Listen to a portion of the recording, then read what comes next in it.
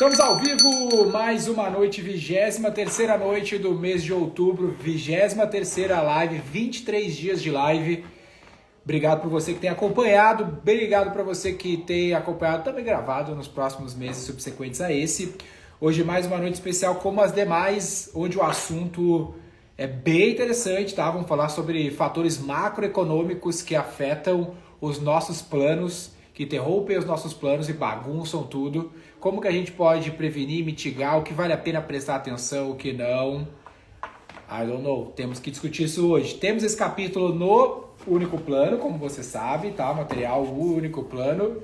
E vou trazer o nosso conselheiro da noite para discutir isso comigo, que vai ser o Bruno Perini.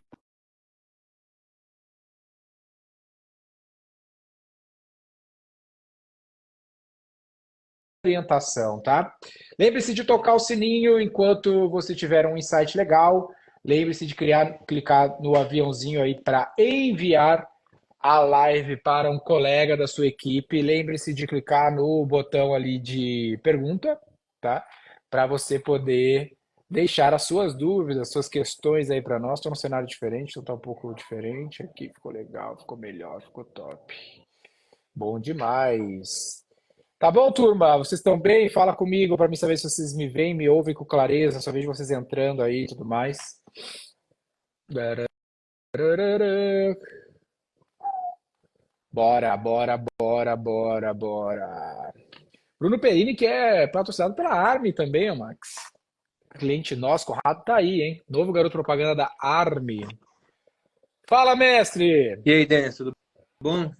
Tudo bem? E você? Como é que tá? Tudo jóia. Obrigado pela sua presença, cara. Tá de Arme aí hoje? Tô de Armin. Hoje eu tô de Armin. Boa. Fiz o Arme é ensaio há o pouco tempo com eles, aí tô com as camisas novas aqui. top. Arme é o clientão nosso. Privilégio, o Conrado deve estar assistindo aí com a gente. Cara, obrigado pela tua presença, tá? Hoje é o décimo não, 23º dia que a gente está fazendo live, todos os dias no mês de outubro, pelo aniversário da V4, 12 anos que a gente está aí no mercado ajudando a empresa a vender mais através da internet. E a gente está fazendo um plano de marketing em conjunto com a galera que nos acompanha, tá? Então, aqui tem 500 páginas que a galera pode se basear, baseado nos 25 mil projetos que a gente atuou aqui na V4 ao longo desses 12 anos. A gente fez um framework e a galera que mandar plano no chat tem acesso a esse material. E qualquer ideia, a gente está preenchendo capítulo a capítulo durante esses 22 dias, vamos até o dia 31. Primeiro dia o Nigro esteve aqui com a gente, falou sobre jornadas, porque qualquer ideia, para cada capítulo a gente traz um advisor, um conselheiro, para opinar sobre o que ele faria em relação àquele capítulo se ele estivesse preenchendo o seu plano. Então, com isso, a galera que está nos ouvindo e preenchendo o seu plano, seu único plano de marketing e vendas para 2025, possa ter os melhores pontos de vista como o seu aqui hoje conosco. Faz sentido? Faz sentido. Espero poder ajudar. Excelente, cara. Então vamos lá. Turma, para quem não tem acesso ao plano, é só mandar plano no chat. E ontem a gente teve uma aula aqui, ô Perini, eu queria começar revisando essa aula, ouvindo teu pequeno ponto de vista sobre essa aula, e depois a gente entra no capítulo 7, que é fatores macroeconômicos, que é o foco da noite. Mas para revisar a aula de ontem, eu queria ver um pouquinho do teu ponto de vista, que a gente falou sobre gestão de recursos, tá? Então, no nosso plano de marketing e vendas, a gente tem que alocar recursos em mídia, em tecnologia, em pessoas. E às vezes é um grande desafio para a empresa. Quanto ela vai investir em marketing, em vendas? Quanto ela vai investir disso em mídia? X% do faturamento? Ou eu deveria projetar o faturamento que eu quero alcançar e com isso determinar quanto eu deveria investir? Esse dinheiro deveria ser próprio, esse dinheiro deveria vir de terceiros. É bem atrelado ao assunto que tu sempre fala aí. Como que é a tua visão simples, aí, o mais simples possível, desses últimos anos, principalmente junto com o grupo? Como vocês enxergam esse tópico aí, gestão de recursos? Eu acho que essa é a decisão fundamental. Até dentro de economia, a gente costuma falar que o problema fundamental que existe é que nós vivemos em um mundo de demandas ilimitadas para recursos escassos. E aquele que gera melhor os recursos é que melhor aloca esses recursos para obter o máximo de resultado possível. Essa é uma decisão muito difícil. A gente raramente pensa em custo de oportunidade. Até em termos de economia pública. Quando você pensa num político, ele deveria fazer esse tipo de escolha, né? Vou alocar mais aqui, vou alocar menos lá. Na verdade, ele quer dinheiro infinito para alocar em tudo quanto é canto. É por isso que a gente tem inflação. Porque o cara arrecada um tanto, ele gasta muito mais do que isso, e aí o restante ele tira de onde? É emissão de dívida, é criação de moeda, para que ele possa alocar naquelas áreas onde ele falou, isso aqui não consegui decidir se é tão importante, mais ou menos, eu tenho que alocar também. Então, um gestor, ele faz isso. Eu acho que a nossa vida no Grupo Primo é basicamente de alocação de recursos. Imagine que nós temos uma empresa com 10 braços de negócio diferentes. Na verdade, são 9 hoje, né? Estamos caminhando para um 10º.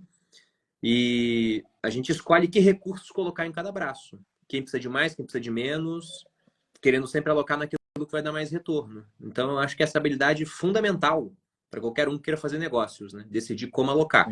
Tanto os recursos próprios, quanto recursos que essa pessoa pode conseguir com terceiros. Inclusive fazendo conta para ver se vale a pena. A conta fundamental, tanto para empreender quanto para investir em uma empresa, você tem na Bolsa de Valores várias empresas que têm dívidas, então não quer dizer que ter dívida é sempre ruim. A questão é por quanto o cara está captando esse dinheiro. Digamos que ele capte por 12%. E o retorno sobre investimento que ele faz é de 20%, bom, então isso é muito bom. Ótimo, eu quero que ele pegue esse dinheiro mesmo que vai retornar mais. Agora, se o cara capta 17%, e algumas empresas captaram nesse valor, e o retorno desse dinheiro de 12%, cara, se ele repete isso ad infinito, ele quebra, né? Uhum. Ele pega por um valor mais caro do que ele consegue em termos de retorno. Legal. Uma das coisas que eu acho que é legal de case que a gente tem de relação até aqui é a questão da Stage, que a gente fez o deal da Stage, e eu acho que tem tudo a ver com esse tema de gestão de recursos. Tem. Porque vocês tinham lá vários investimentos, vários recursos, um recurso só, na verdade, que vocês investiram em várias iniciativas. Uma delas foi a Stage, que em algum momento esse ativo, esse recurso, ou os recursos que vocês tinham aí para manter investindo, já talvez não fizesse sentido a Stage dentro, ser um dos ativos que fizesse sentido demandar recurso do grupo, e a gente acabou fazendo o deal e a gente trouxe a Stage para dentro da V4. A gente acabou comprando do grupo. Conta um pouco desse case no ponto de vista de vocês aí, para a galera entender sobre essa decisão, que eu acho que foi uma decisão bem legal também, para ilustrar bem esse tópico, né? Você resumiu muito bem, Denner, a questão de que lá atrás, quando apertei a mão do Thiago, a gente tinha uma ideia para o Grupo Primo que ela foi sendo modificada ao longo do tempo, mas inicialmente a ideia era pegar negócios que eram baseados em lançamento, e lançamento ele é muito imprevisível, né? Porque são situações diferentes de mercado, você não está vendendo todo dia, de repente você vai fazer um lançamento, mas acontece um evento que chama muita atenção, que rouba a atenção das pessoas, aquilo prejudica. Ainda mais no meu caso, meus lançamentos eram muito curtos, duravam 1, 2 dias, então se o Instagram saísse do ar, por exemplo, como já aconteceu, eu era totalmente prejudicado naquele período, sendo que às vezes tem investimento de tráfego por trás. Então a tese inicial do grupo é, olha, vamos trocar lançamento, que é um modelo muito imprevisível, para plataformas de assinatura. Uma de finanças, a Finclass, uma de marketing, que era a Stage, e nós chegamos a lançar 2 que duraram pouco tempo. A gente rapidamente viu que nós não tínhamos diferencial competitivo, que era uma voltada para desenvolvimento pessoal e outra para programação. As 2 que deram certo foram finanças, tá até hoje com a gente, a Finclass, inclusive em termos de plataforma de finanças, é a maior do Brasil. E a Stage, eu não posso falar que ela não deu certo, ela deu certo também. Agora, pensando em alocação do tempo, uma vez eu fiz um lançamento para a Stage e deu todo aquele trabalho de fazer um lançamento, de criar uma masterclass e digamos que ela vendeu X. Com o mesmo esforço alocado no Viver de Renda, eu vendia 5X. Como eu não tenho tempo infinito, o Thiago não tem tempo infinito, ninguém tem tempo infinito, a gente pensou, como é que a gente aloca melhor os recursos aqui no grupo? Nós vimos que é através da área de finanças.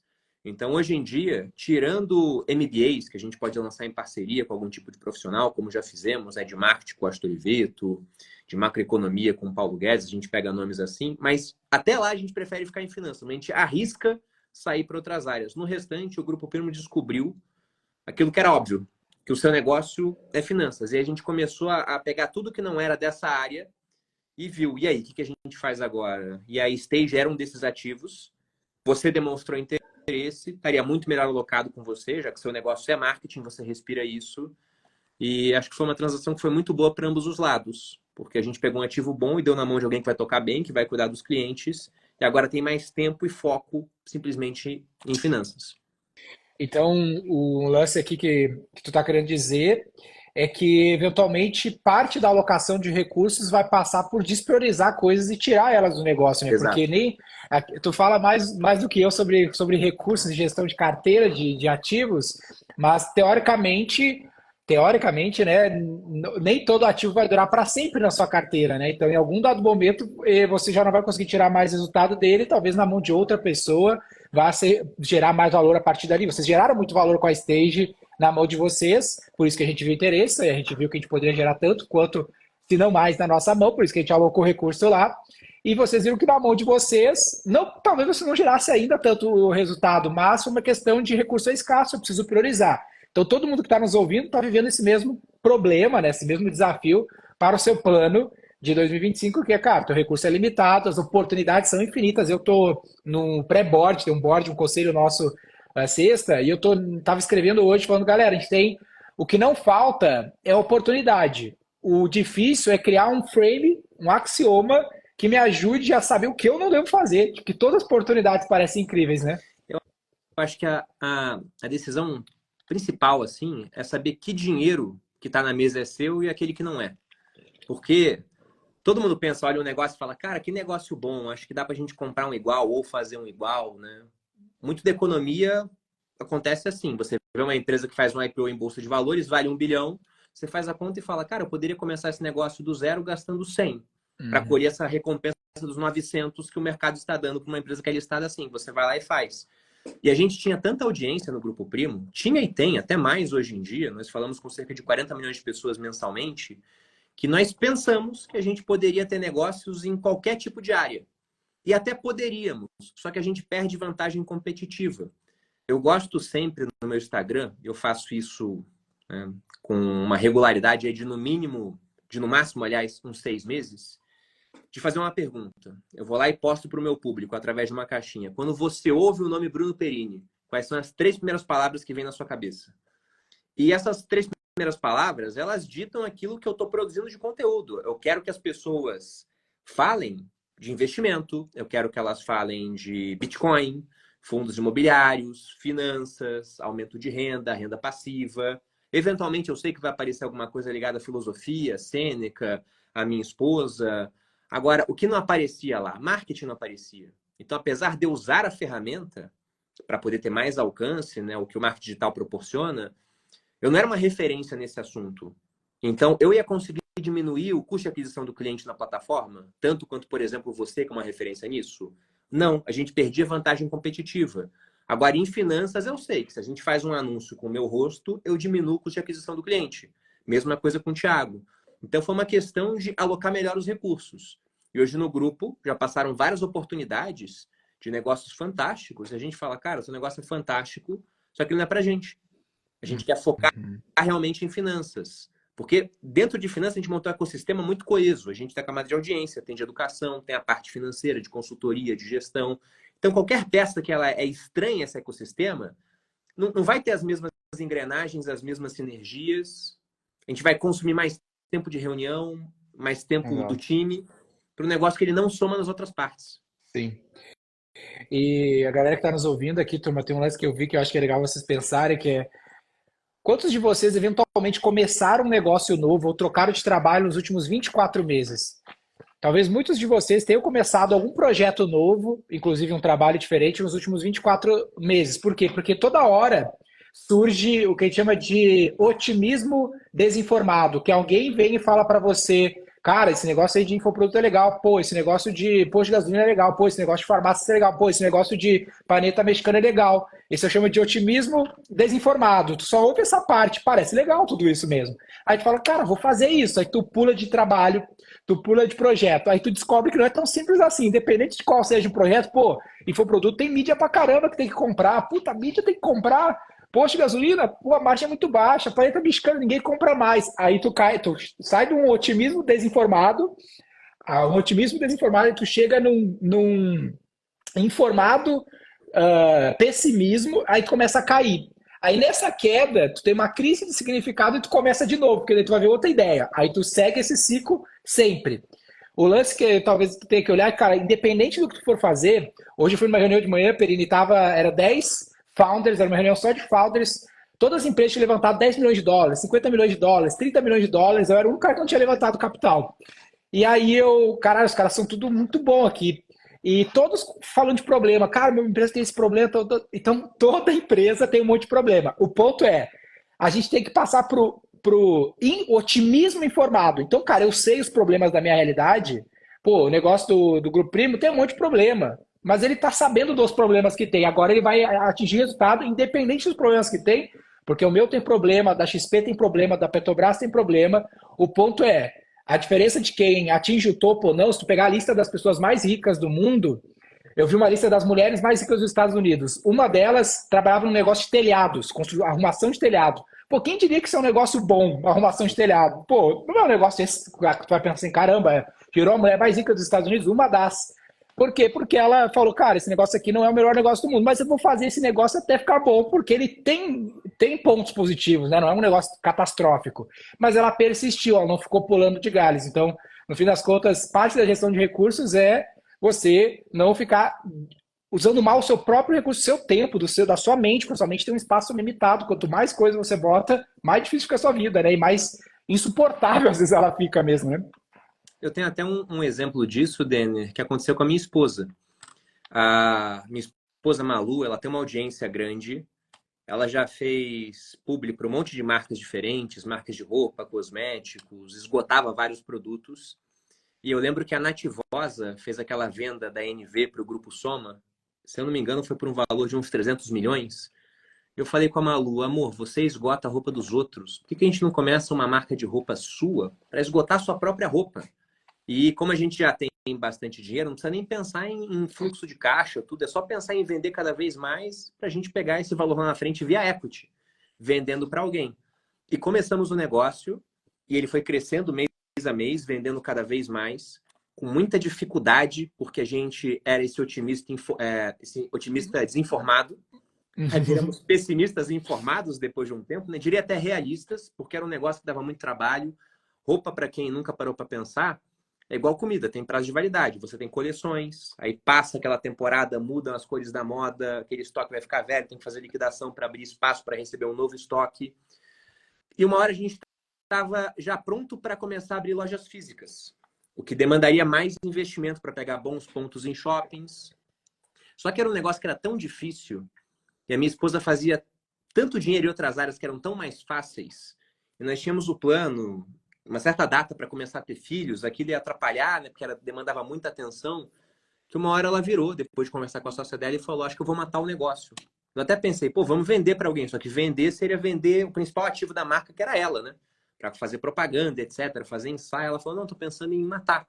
E eu falei, olha, realmente, acho que em termos de alocação de ativos, né, o seu tempo, os seus recursos escassos, eu acho que vale muito mais a pena alocar no digital, onde você já tem muita diferença, a marca de roupa, que eu acho que a gente vai colher o benefício só daqui a uns 5 anos, sendo que, sinceramente, a gente não precisa disso, porque já tem dinheiro vindo de outras áreas, tem o Grupo Primo.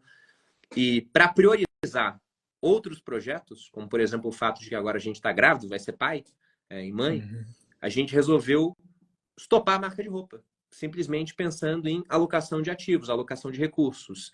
Eu acho que esse é o principal erro, inclusive, que as pessoas cometem como investidoras, Denner, porque se você pega uma carteira de alguém que começa a investir em ações, geralmente é assim, a pessoa compra 10 ações diferentes, aí, digamos que 5 delas caiam, ela compra mais as que caíram, 5 subiram, ela nunca mais compra as que subiram. De repente, por algum motivo, uma emergência acontece, ela tem que ter dinheiro de volta nas mãos. Ao invés de vender as que caíram, como ela tem aversão à perda, ela faz o quê? Ela vende as que subiu, não compra mais, e no final o que você vê é uma carteira recheada só com aquilo que caiu ao longo do tempo. É como ter um jardim e ficar cortando as rosas enquanto você rega as ervas daninhas. Aí no final você tem a carteira toda esculhambada com vários ativos que caíram, que perderam o fundamento, que talvez nunca mais voltem, mas a pessoa fica ancorada naquilo, achando que se perdeu o dinheiro com a ação A, tem que esperar a ação A voltar até o ponto para ela ter zero de prejuízo para ela poder vender, sendo que ela poderia ganhar dinheiro com a ação B, C, D, E, com Bitcoin, com negócio próprio, com um monte de outras coisas. Boa demais.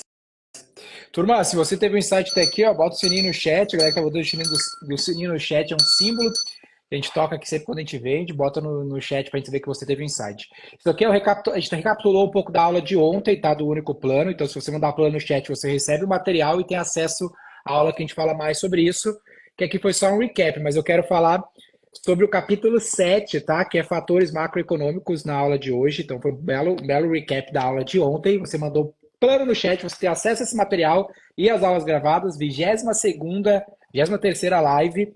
Todos os dias às 19 horas estamos aqui com um mentor que está nos mentorando. Eu estou pedindo conselhos aqui sobre um dos tópicos desse plano.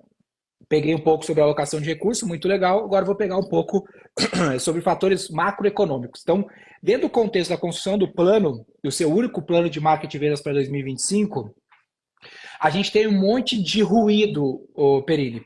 Então, cara, tem um monte de coisa, tem guerra lá, guerra cá, taxa para lá, taxa para cá. Desses N fatores que vão interferir nesse negócio, o quanto disso é realmente importante, eu deveria me preocupar, o quanto disso é ruído que vai distrair o meu foco, voltando para o meu foco de alocação de recursos, na sua visão aí como um analista desse universo da economia. É realmente complicada essa parte de análise macroeconômica, porque hoje em dia a gente tem informação extremamente abundante. Então, se você volta 100 anos no tempo, as pessoas que moravam no Brasil não iriam saber em tempo real, seria com bastante atraso sobre aquilo que está acontecendo lá na Ucrânia, em guerra com a Rússia, ou no Oriente Médio com Israel caçando o pessoal do Hamas, do Hezbollah. Hoje, a gente tem acesso a tudo isso na palma da mão em questão de minutos. E a maior parte do que a gente vê no dia a dia é simplesmente informação que não vai trazer nada em termos de agregar a nível de conhecimento para o seu negócio. Então, de maneira tosca aqui, né, cuspindo nada, eu poderia falar que 99% que a gente vê por aí é só ruído. A diferença, né, a questão fundamental é conseguir separar o que é realmente ruído daquilo que é sinal, que pode enviar algum tipo de mensagem do tipo, está na hora de ser mais cauteloso, ou não, agora é o momento de tomar risco, a gente vai ter algum tipo de virada macroeconômica. Essa parte é muito difícil. Tanto que um dos gestores mais bem-sucedidos, era uma referência, o Warren Buffett, por exemplo, lê as cartas desse cara, que é o Howard Marks. Howard Marks, ele tem alguns fatores na hora de decidir tomar uma decisão, e uma das coisas para as quais ele não liga é questão macroeconômica. E isso é até interessante, né? Porque se fala, pô, como assim? É bom você saber se a taxa de juros vai subir, se ela vai cair. Ele fala assim, eu concordo com isso, mas boa parte dessa informação está na mão das pessoas. Mais ou menos o mercado sabe a direção, né? Agora, no Brasil, a tendência é juros subirem. A gente teve reunião do Copom no último mês com o Selic aumentando. Tem mais previsão de aumento da Selic para frente. Já nos Estados Unidos, o caminho são juros para baixo. Então, ele fala, qualquer análise macroeconômica vai estar ligada a isso, e as que estiverem muito diferentes provavelmente estão erradas, porque ele entende que esse conhecimento já está meio que disperso pela sociedade. Então, não é que ele fala que você não tem que ter nenhum tipo de visão do que vai acontecer com a economia. Ele só fala que esse é um fator menor frente aos outros, que inclusive estão sob seu controle no seu negócio. Mas eu diria que o principal é estar atento a movimento de juros. Tá. Tem um trecho até de um livro que eu gosto bastante, O Conde de Monte Cristo, já citei várias vezes no meu Instagram, onde uma hora um banqueiro fala assim, né, conta uma fofoca para ele da vida dos nobres, ele fala, isso vai fazer a taxa de juros subir ou cair? Ah, não vai? Então não me interessa. Ele só estava interessado no movimento dos juros. Porque, de fato, esse é o preço mais importante que existe, porque juros são o preço do dinheiro. E se você pensa no dinheiro mundial, é o dólar. Então, eu diria que o básico é você saber o movimento de duas taxas de juros. A americana, quando ela está caindo, geralmente você tem liquidez maior no mundo. O pessoal começa a tirar dinheiro da economia americana para levar para outros países. E a taxa de juros brasileira. Geralmente, quando ele está subindo, como agora, a gente consegue atrair mais investimento estrangeiro, então isso normaliza um pouco o preço do dólar em relação ao real. Só que aqui no Brasil o movimento é contrário. Ao invés do pessoal estar mais disposto a correr risco, quando você aumenta a taxa de juros, o pessoal fica mais propenso a não tomar empréstimos, a consumir menos, a investir menos naquilo que é mais arriscado. Então, um dono de um negócio que tem uma fábrica, pensava em abrir uma segunda planta, ele pensa, caramba, minha fábrica dá 10% ao ano aqui de retorno sobre o capital. Só que eu posso ganhar 10,75% emprestando dinheiro para o governo. Acho que agora não é o momento, né? Só quando o governo baixar essa recompensa que eu vou lá e abro a minha fábrica. Então, eu diria que a variável mais importante que nós temos é o movimento de juros, do preço do dinheiro. Tá. Deixa eu tentar trazer isso aqui para o plano, para a galera pôr na prática, então, tá, galera? No plano de vocês. Vou tentar trazer duas visões que são aplicadas a marketing e vendas do impacto dessa taxa e tu me corrige aqui, me ajuda a entender se eu estou viajando, é mais ou menos por aí, que é o seguinte, tá?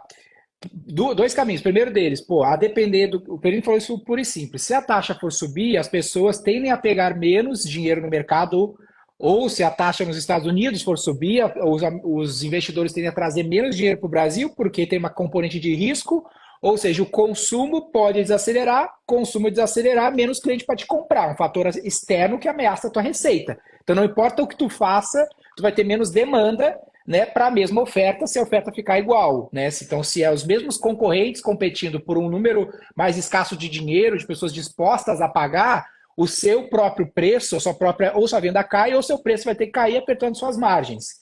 E o oposto é verdadeiro. Se tem mais dinheiro abundante, né, mais dinheiro externo entrando, ou o dinheiro está mais barato das pessoas pegar, elas ficam mais dispostas a pagar mais caro, a comprar mais. Se você tiver a mesma oferta, o seu preço tende a subir, ou você tende a vender mais. É mais ou menos por aí, nesse ponto de vista da demanda. Perfeito. Acho até que a gente pode dar um exemplo do mundo real para ficar mais aqui no que já aconteceu. Isso é um pouco da teoria. Vamos lembrar da época da pandemia. A taxa de juros aqui no Brasil, ela foi a 2% ao ano, a nossa taxa Selic, e nos Estados Unidos a taxa era zero. O que aconteceu é que para os negócios digitais, para muitos, aquele foi o melhor ano da história. Porque, primeiro, por exemplo, em finanças, eu sempre pensava, naquela época, o meu concorrente era o Thiago Nigro, Natália Arcuri. Eu nunca pensei na CVC como concorrente. Mas quando todo mundo foi obrigado a ficar trancado em casa, ninguém mais poderia viajar para o Nordeste ou para a França, o pessoal pegou esse dinheiro que ia gastar em cursos, aliás, que ia gastar em viagens, e começou a gastar em cursos. Porque falou, deixa eu aprender a investir, deixa eu aprender a correr risco, porque a recompensa em renda fixa é muito baixa, então deixa eu ir para a Bolsa de Valores. Nisso, eu e os meus concorrentes vendemos pra caramba. Só que depois dessa taxa em zero nos Estados Unidos, em 2% aqui, você teve uma inflação muito alta. E aí a medida ortodoxa para se combater a inflação, que é essa desvalorização do dinheiro, o que é normal nas economias hoje em dia, economias que funcionam com uma moeda que não tem lastro, então ela pode ser criada ao bel prazer dos políticos, é aumentar os juros. Essa taxa que estava em 2, ela chegou a quase 14, em 13,75. Nisso o cara começa a pensar, caramba, para que eu vou correr risco em ação se eu posso colocar o dinheiro num Tesouro Selic, num CDB de banco? Aí ele vende as ações, bota no banco, fica pegando só as aplicações mais conservadoras. Quando a taxa estava baixa, o pessoal pegava crédito para poder consumir mais. Com a taxa muito alta, param de pegar crédito. O empresário com a taxa baixa, ele falava, deixa eu criar uma fábrica nova, que eu vou rentabilizar melhor meu capital. Com a taxa alta, ele não quer fazer isso. Se ele não abre a fábrica, ele não contrata mais gente. Quem não foi contratado deixa de ter salário. Sem salário, o cara consome menos. Como o consumo dele vai virar renda de outra pessoa, todo mundo no final está numa descendente. Nós vimos isso também. E para negócios digitais, inclusive. Eu tinha uma série de concorrentes em 2019, 2020, que hoje já não são mais meus concorrentes, porque eles praticamente desapareceram. Não tem mais audiência. Porque falavam só, por exemplo, de ações. E com a bolsa meio de lado, né, com um desempenho pífio ao longo dos últimos 3 anos, as pessoas não querem mais comprar ações. Então o canal do cara morreu. Aí, como ele não vende mais, não tem verba para investir em tráfego, ficou uma empresa pequenininha, e virou agora quase que um profissional sozinho, né? Por conta disso. Ele estava num nicho que talvez ele não soubesse, porque ele começou no bull market entre 2016 e 2020, quando a bolsa só subia, mas agora ele descobriu que o negócio dele, aqui no Brasil, é altamente sazonal. Legal. Aqui tem uma outra variável que eu acho que pode ser interessante as pessoas avaliarem no plano delas, né, nas empresas que elas tocam seus projetos, que é a gente é muito bom no Brasil em financiar os nossos clientes, né? Então, desde o consórcio ao parcelamento, esse é às vezes é uma avenida. Hoje eu estava discutindo com essa galera nesse grupo que eu estava falando, que tinha lá uma plataforma de meio de pagamento de infoproduto. E aí tinha um outro cara que trabalhava em meio de pagamento para escolas básicas e na discussão fala assim, pô, falta um meio de pagamento de infoproduto no Brasil que parcele no boleto. E se parcelasse no boleto o custo do Perini, eu acho que não parcela hoje no boleto, Não. né? Só no cartão, no Pix. Pô, se parcelasse no boleto te garantindo a receita, tu ia vender talvez 3 vezes mais, né? Do que tu vende hoje se tivesse meio de pagamento. Porque Provável. tu financia o teu cliente, né? Como é na escola básica, como é na faculdade. Se a faculdade cobrasse como tu cobra, 100 mil reais no Pix ou no crédito, não venderia. Vende porque é parcelado. E esse cara, ele criou um meio de pagamento para zerar a inadimplência. Então tem uma AI que avalia a inadimplência em escolas básicas no Brasil, vendeu a empresa por algumas centenas de milhões de dólares. E aí ele foi para os Estados Unidos ver o que estava acontecendo. E olha que interessante, até 3 anos atrás, achei bem legal isso aqui, tu vai gostar. 3 anos atrás, o americano pagava à vista a escola para criança, né, escola básica. E aí, como teve essa movimentação de taxa de juros nos Estados Unidos, até então valia a pena pagar à vista, sei lá por que diabos de motivo, aí tu sabe mais do que eu, o dinheiro, sei lá, não valia a pena pagar de outra forma. Não rendia nada em renda fixa, né? Então, É, exatamente, aí era até melhor ficar pagar aquilo ali, para conseguir um negócio. Aí agora não, agora 50% dos americanos parcelam. E aí começou a ter inadimplência. E aí isso não existia até ontem, né? Tem vários fenômenos assim do parcelamento que lá não tinha por causa desse fenômeno. Aí ele veio com, quem sabe eu trago minha plataforma para a gente garantir zero inadimplência, porque isso era um problema que não existia para aquela escola, né? Agora existe. Então, pô, mas às vezes é uma própria oportunidade para eles captarem mais alunos em outras frentes. Então, uma das formas, talvez, aqui de você cogitar é: será que você financia o seu cliente? Será que não é uma oportunidade, uma linha de crédito, por aí vai? Pode ser uma forma de desbloquear. Só que para te entender, isso tu tem que entender esse custo do dinheiro, né? Para você ver se vale a pena competir com o banco e tudo mais, como produto. Falei muita viagem aqui, ou mais ou menos não, por aí. tá correto, perfeito. E aí tem um outro ângulo. A maior parte de vocês estão numa empresa, então vocês também são o tomador do crédito, né? Falando desse lance da taxa de juros. Então, tu falou brevemente que eu acho que é um lance que a galera zero olha, não vai nem saber dizer, eu acho que é um lance legal pro plano deles, que é, cara, alavancagem, né? No fim das contas, hoje eu até dei uma aula sobre isso, foi legal, que é aula sobre leverage, né? Sobre alavancagem. Então, no fim das contas, o nosso negócio, o nosso trabalho é puxar uma alavanca para levantar um peso. Se essa alavanca for pequenininha, a gente vai conseguir levantar certo peso. Se essa alavanca for maior, a gente consegue levantar mais peso com menos esforço, né? Esse é o conceito de alavancagem. Por exemplo, mídia. Mídia é uma alavanca, né? Eu estou falando aqui para 400 pessoas. Se eu estivesse falando só para uma, eu teria menos alavancagem. Então, mídia é uma forma de alavancar. Tecnologia é uma maneira de alavancar, né? Eu consigo, através da tecnologia, me alavancar. Pessoas trabalhando para mim, franquias trabalhando para mim, assessores na Portfel trabalhando com o Grupo Primo, é uma forma de alavancar. Mas uma das formas clássicas de alavancar é capital. Então, o capitalismo depende do capital. Se você for pegar as empresas mais ricas do Brasil e ver quanto elas têm de dívida, qualquer empresa que tu admirar, depois faz esse exercício, bota o nome dela e dívida lá, debts, quanto ela deve. Cara, a dívida é absurdamente grande. Para isso fazer sentido, você vai precisar entender a taxa mínima de atratividade do teu negócio, o custo de capital e o retorno sobre o capital investido que o seu negócio traz, que é uma parada totalmente distante da realidade do marketing e dos gestores. Mas como que isso afeta, o Perini? Por que o cara tem que pensar em taxa mínima de atratividade, em custo de capital e o retorno que o capital tem no negócio dele? Ele não olha assim, a maior parte das pessoas nem sabe do que se trata. Por que isso é importante? Cara, é o que você disse, né? Eu acho que se pegar de 10 empreendedores que estão aqui na live, 9 não vão saber as margens do negócio. Diria que 9 de 10, dependendo do público, eles nunca olharam um DRE. E isso não é só coisa do pequeno empreendedor. Eu já falei com pessoas que faturavam milhões do marketing digital e falava, cara, e quanto é que é o seu EBITDA, né? Quanto é que você tem depois de lucro líquido? E a pessoa não sabia. Ela sabia o fluxo de caixa, porque era o quanto ela tirava para ela no final das contas, porque muitos tratavam o CNPJ só como uma extensão do CPF. O cara era praticamente um CPF e usava o CNPJ só para pagar menos imposto. Então ele não conhecia de fato as métricas do negócio dele. Eu acho que é por isso que boa parte dos negócios aqui no Brasil, eles quebram em coisa de 5 anos. Segundo a última estatística que eu vi do Sebrae, de cada 10, 8 estão quebrando nesse prazo. Porque as pessoas não conhecem o próprio negócio. Porque o cara que conhece, como eu sei que você conhece muito bem a V4, ele consegue usar de expedientes que aquele que não entende negócio não usa. Então eu sei, por exemplo, que você é um cara ultra arrojado nessa gestão do capital. Que você está sempre de olho no custo de crédito, e se esse custo é interessante, comparado ao retorno que você vai ter ao investir esse dinheiro, você vai lá e faz. Você tem uma cabeça ultra arrojada para isso. Agora, se o cara não sabe o retorno das iniciativas dele, como é que ele vai saber se vale a pena pegar ou não crédito? Geralmente o cara pega crédito só porque ele está encalacrado. Quando ele está bem, ele nem pensa nessa via. Que é o E como você pior disse, momento, né? Quando ele tá exato. com problema, é o pior momento para pegar. Cara, crédito é igual em guarda-chuva. É igual guarda-chuva. É melhor você comprar guarda-chuva em dia de sol do que no meio da tempestade. Mesma coisa crédito. Se está precisando muito, aí vai ser difícil. O pessoal vai te cobrar taxas mais altas, vai colocar condições piores, exigir mais garantias. Você citou muito bem as empresas da Bolsa. Eu desconheço uma grande empresa da Bolsa que não tenha pelo menos um pouquinho de dívida. Várias delas têm uma dívida líquida negativa. O que é isso? O cara está devendo 1 bilhão, mas ele tem 2 bilhões em caixa. Então, a hora que quiser, ele pode liquidar essa dívida. Mas o ponto é que esses 2 bilhões estão lá para reinvestir no próprio negócio e esse 1 bilhão de dívida tem um prazo confortável de vencimento, não está deixando o cara encalacrado.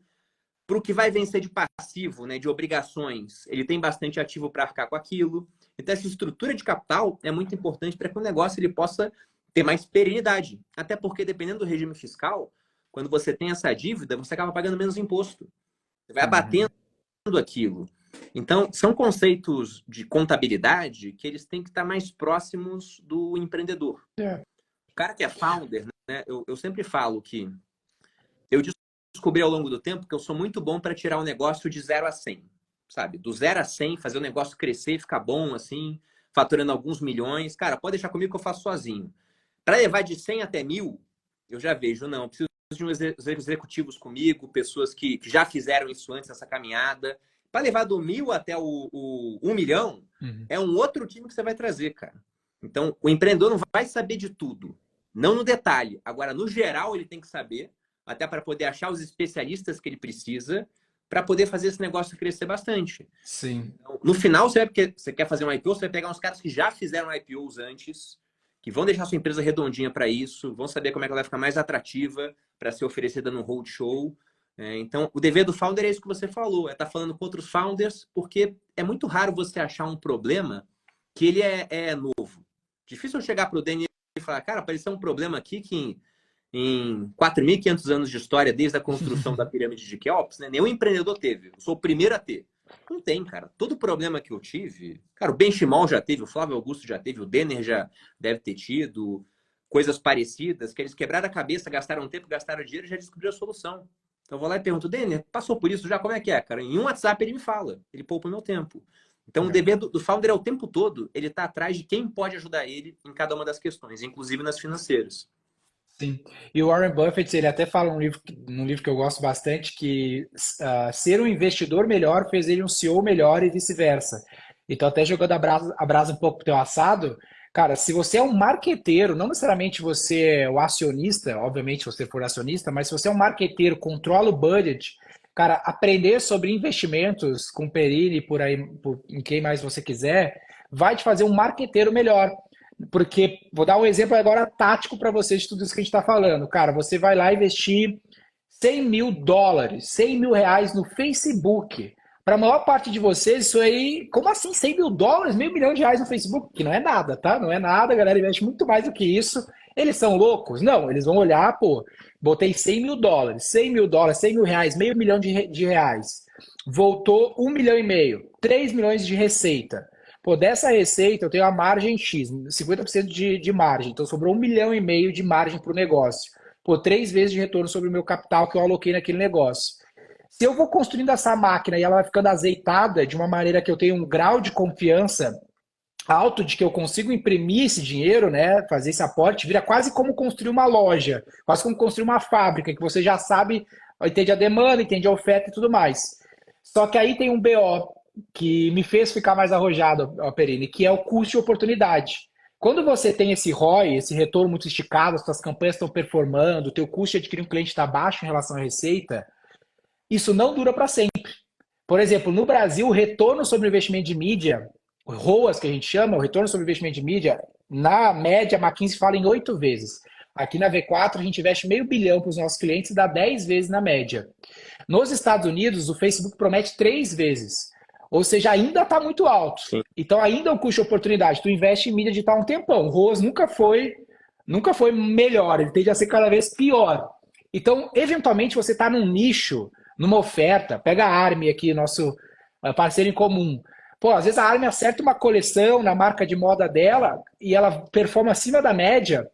Ela precisa aproveitar aquela oportunidade, porque não vai durar para sempre. Só que aí o que acontece? Você não tem dinheiro, né? Você não tem esse caixa disponível, tem fluxo, tem outras coisas que demandam capital na empresa. E aí você usa o capital de terceiro, porque se você tiver 2 vezes, 3 vezes de retorno, ou seja, para R$ 500 milhão, volta a 1,5 milhão, vamos dizer que seja essa a relação, simplificando o racional, Se você pegasse um empréstimo a 100%, né, vai pagar 1 milhão de volta, ainda valeria a pena, porque sobrou mais meio milhão para você. Óbvio que, né, você tem que controlar aqui os detalhes e tudo mais. Então, eu fiz um lance extremamente arrojado lá atrás, não é uma indicação, é um testemunho, Perini, que quando eu comecei a comprar mídia para V4, eu tinha essa relação de retorno sobre investimento pornográfica, extremamente absurda. Era coisa de 10 vezes. E aí eu falei, cara, eu preciso botar mais dinheiro. O único dinheiro que eu tinha disponível, eu não tinha nem de crédito, eu não queria vender equity, não necessariamente tinha disponível isso. Eu usei dinheiro de imposto. Eu não pagava o imposto, comprava mídia, era uma despesa da empresa, a empresa crescia e eu pagava o custo do capital ali do imposto. Depois, tu tem várias formas legais de administrar esse tipo de dívida. E se tu for ver, Ambev, Vale, Petrobras, quanto elas têm de dívida de imposto também, não necessariamente elas usam para as mesmas finalidades, ou fizeram para as mesmas finalidades, é de bilhão, é bilhões de reais. Não que seja um dos melhores, o custo de capital ali é alto, se tiver outras oportunidades é melhor. Ou se tu vai para o universo de Venture Capital, metade do dinheiro de Venture Capital no mundo vai direto para Google e Facebook, vai literalmente para financiar esse custo de oportunidade. O Nubank, quando começou a estourar, se não tivesse levantado um monte de dinheiro e comprado um monte de cliente, vários competidores surgiram. Então existe esse custo de oportunidade que a gente precisa administrar aqui, né, nesse jogo incerto, mas que a gente precisa ter essa capacidade de ver, né? Além do que os olhos podem ver, né, Perini? Exato. E aí você falou de conceitos, né? A taxa de atratividade, o custo de crédito, esse retorno sobre capital investido. É basicamente isso, é você ficar olhando para esses dados e ver, cara, quanto é que está custando o crédito? O problema do Brasil é esse. Somos um país onde o crédito geralmente ele é caro. O pessoal está mais acostumado a tomar crédito como pessoa física. Cara, o empréstimo pessoal, você tem juros de 4 a 5% ao mês, assim. Pensa tem gente que inicia negócio pegando dinheiro no cartão de crédito. Você não paga na data, os juros ao longo de um ano é coisa de 3 dígitos. Cheque especial, eu olhei outro dia, estava uns 11% ao mês. Mas quanto mais garantia você pode oferecer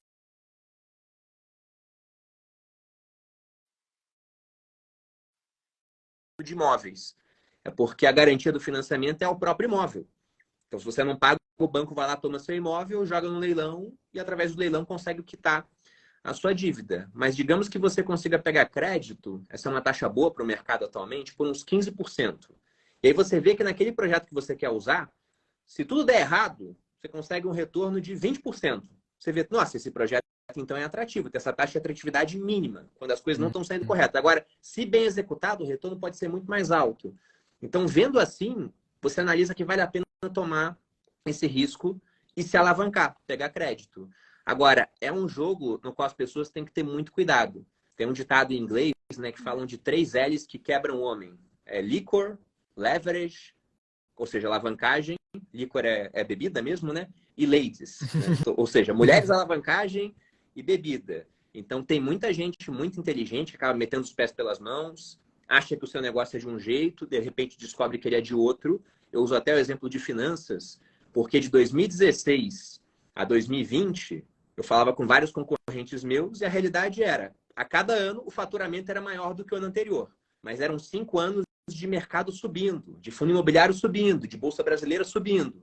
Bastou 2 anos no mercado de lado para os caras verem que o negócio deles era muito mais sazonal do que eles suspeitavam.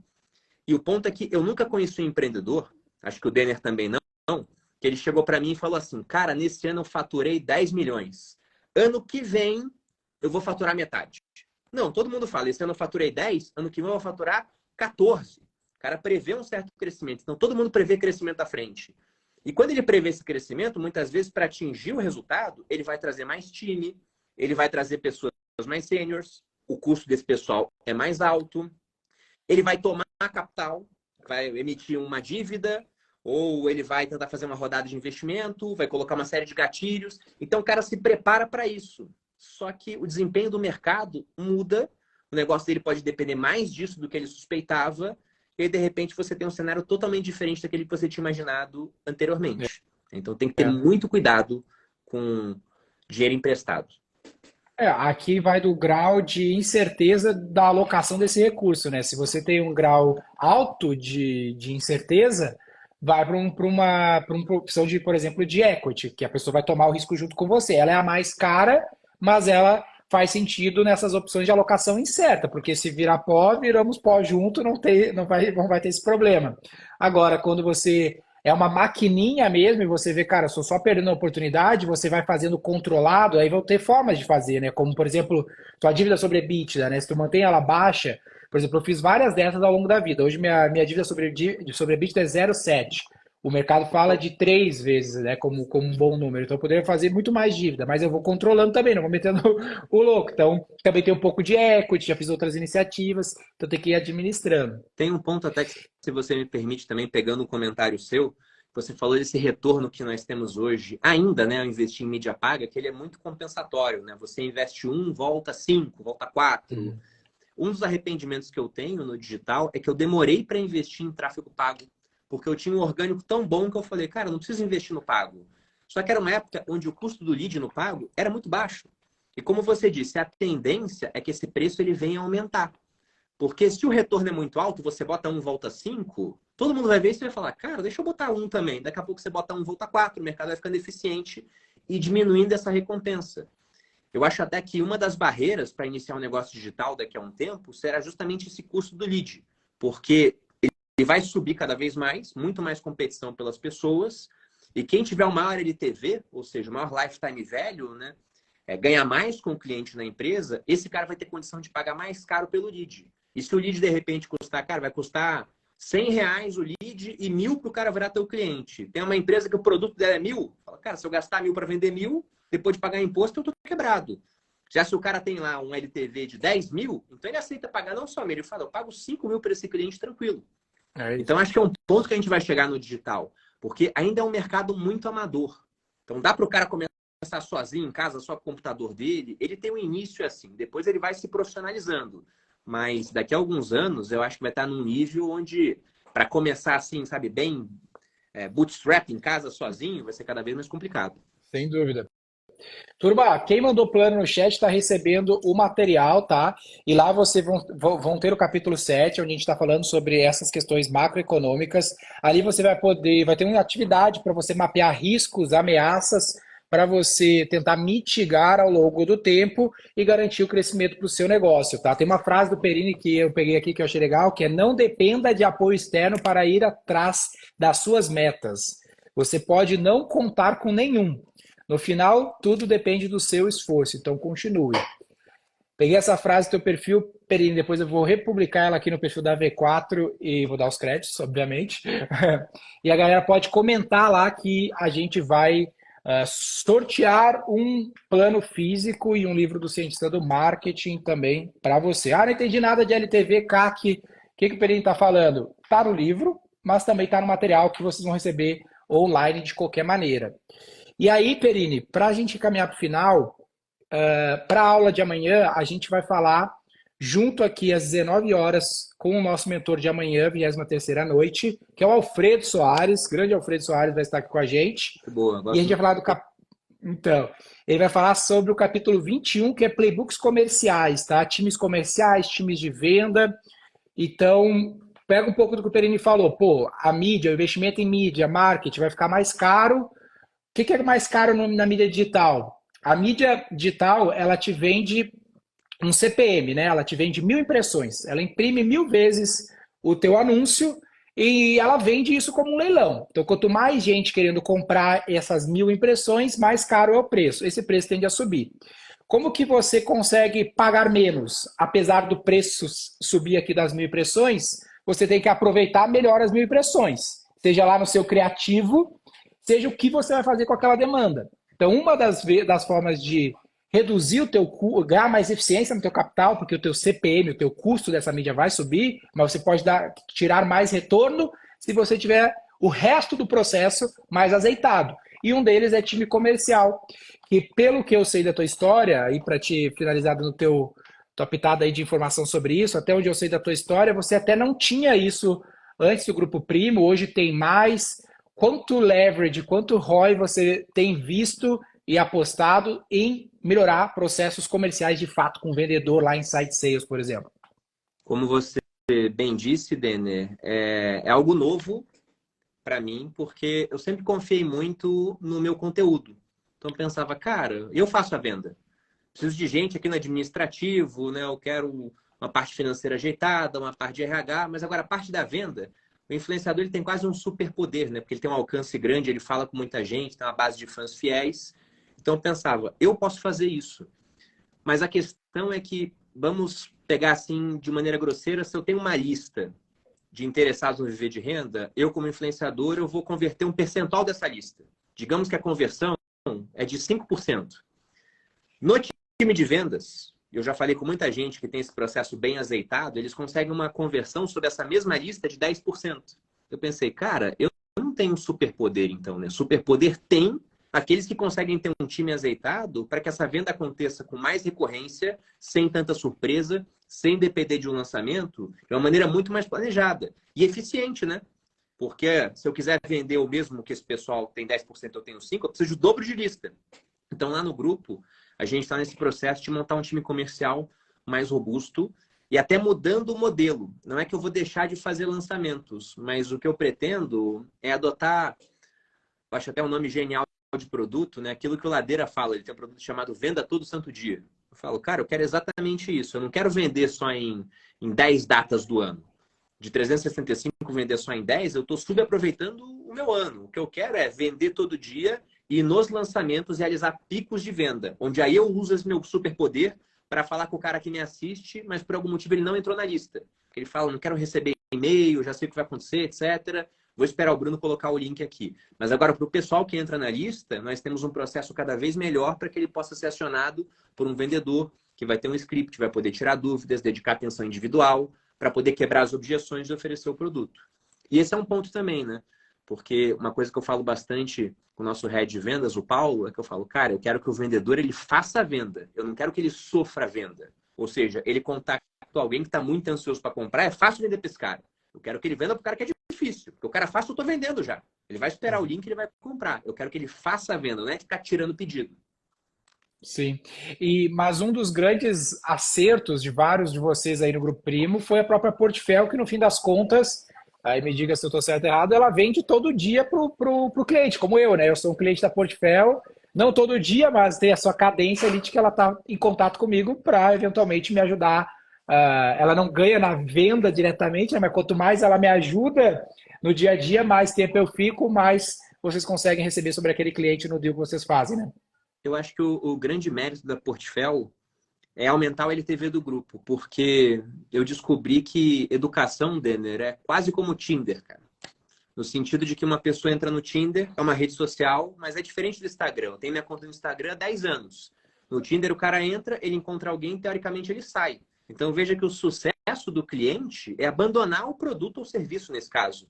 Exato. Educação é assim, educação é ponto de passagem. O cara entra na faculdade, ele se forma como engenheiro, ele vai embora. O cara faz medicina, ele se formou, ele vai embora. O cara aprende a investir, depois que ele aprendeu, ele vai embora, ele começa a investir. Agora, muitos que vão começar a investir, vêm, caramba, eu aprendi, mas isso aqui demanda mais tempo do que eu imaginava, e a melhor alocação do meu tempo, falando novamente de alocação de ativos, é ganhar mais dinheiro. Esse cara quer um profissional. E se o profissional atende bem essa pessoa, ela pode ficar como cliente durante 10, 20, 30 anos, até mais do que isso, no sentido de que quando ela vai embora, os sucessores permanecem como clientes, o que já aconteceu na Portfel. Então, o que a gente está de olho lá é um negócio de margens muito apertadas, mas com LTV que a gente entende que, se bem executado, ele será muito longo. E tem uma frase do Thiago, não sei se ele falou aqui na live contigo, mas eu acho absolutamente genial.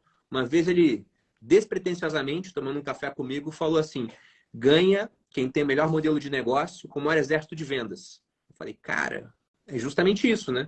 Então, ter um bom modelo com um exército grande de pessoas trabalhando em prol daquilo, em volta daquilo, colaborando, é realmente aquilo que faz uma empresa se destacar frente aos seus concorrentes. Porrada. Porrada, bom demais. É isso, Perini. Obrigado pelo teu tempo. Ajudou demais nesses 12 anos de V4, 23º dia de live todo dia, não é fácil fazer live todo dia, mas acho que a gente gerou bastante valor para a galera, cara. Eu que agradeço o convite, cara. Deixo aqui meus parabéns pela trajetória, pelo que você está construindo. Acho realmente que dentro daquilo que você faz, você, sem dúvida nenhuma, é destaque frente às outras agências. E espero que sejam os primeiros 24 anos, você falou, né? Não, não, 12 anos. 12 anos. Acho que são os primeiros 12 anos de uma série de outros que virão pela frente. Espero realmente que a sua visão ela se concretize. Quando eu conheci o Denner, eu falei, cara, como é que é o teu negócio? Ele falou, não, eu quero ser a XP das agências de marketing. Eu falei, pô, que interessante. Você chegue lá muito antes do que você pensa, cara. E foi um prazer estar aqui. Top. Turma, tira um print da live, posta depois, marca a gente pra gente saber que você passou por aqui, te dá uma olhada lá nos perfis, é sempre um privilégio. E posso liberar o Perini aqui então? Tamo junto, brigadão. Obrigado, Denner. Recados finais, turma, amanhã 19 horas estamos aqui ao vivo. Lembra do plano, todos vocês receberam. E se você quiser que eu e o meu time da V4, 12 anos de V4 Company, a XP das assessorias de marketing, a gente pode preencher o seu plano de marketing e vendas para 2025, o único plano para você bater recordes de vendas, tá? Como que eu faço para saber mais sobre isso? Como que eu reduzo o meu risco? Falamos sobre risco, tá? Eu posso preencher o seu plano, entregar o seu plano, auditar a sua empresa com todas as principais entregas de marketing e vendas para 2025 ser legal. Para você ter acesso a isso, aí é uma oferta, tá? Pode ficar na live quem tem interesse em saber sobre isso. Quem quer saber, só ver ali o material e tudo mais, vai preencher o seu, fica à vontade, o material já está na sua mão, só mandar plano. Se você tem interesse em saber como eu posso te falar, eu já vou te falar, tá? Você que não tem interesse em saber como eu posso fazer eu mesmo para você, eu e meu time, eu V4 Company, aparece aqui amanhã às 19 horas que o Alfredo vai falar sobre time de vendas. Como que eu recebo? Como que eu tenho esse trabalho e se faz sentido ou não? Primeira coisa, em serviço, turma, tem muito risco envolvido, tá? Então, o que a gente fez para reduzir e zerar o seu risco? Esse trabalho de execução do seu plano, a gente chama de reestruturação estratégica. A gente constrói o seu plano, audita o que você faz em marketing e vendas com foco em marketing digital, baseado em 25 mil projetos e 12 anos de experiência, e entrega para você executar como você quiser. Tem um custo, porém, a garantia é incondicional. Se você não gostar do que for entregue, a gente devolve 100% do seu dinheiro. Então, não tem nenhum risco, tá? A gente fez esse serviço com o objetivo de adquirir, começar uma relação com bons parceiros. Então, se você é um bom parceiro, faz esse teste, vai ter essa garantia, como eu estou te falando. Se você não gostar, não tem BO, né? Vai servir como uma experiência free. E, como na maior parte dos casos, no caso 100%, a gente não teve devolução, porque ninguém pede, a gente acaba começando uma relação de longo prazo, como a gente está aí com o Grupo Primo, como a gente está com a Army, como a gente está com várias marcas aí, o nosso foco é construir relações de longo prazo. Como é que eu sei disso, Denner?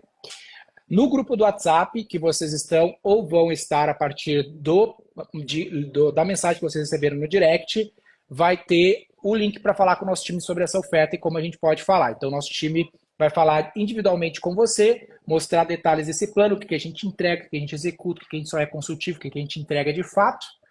Você conversa com o time, fecha o negócio, em 4 semanas a gente entrega esse plano para você, tá? Através dos nossos 260 escritórios espalhados em todo o país. Então, provavelmente tem o escritório da V4 qualificado bem próximo de você, tá? Então é isso, né?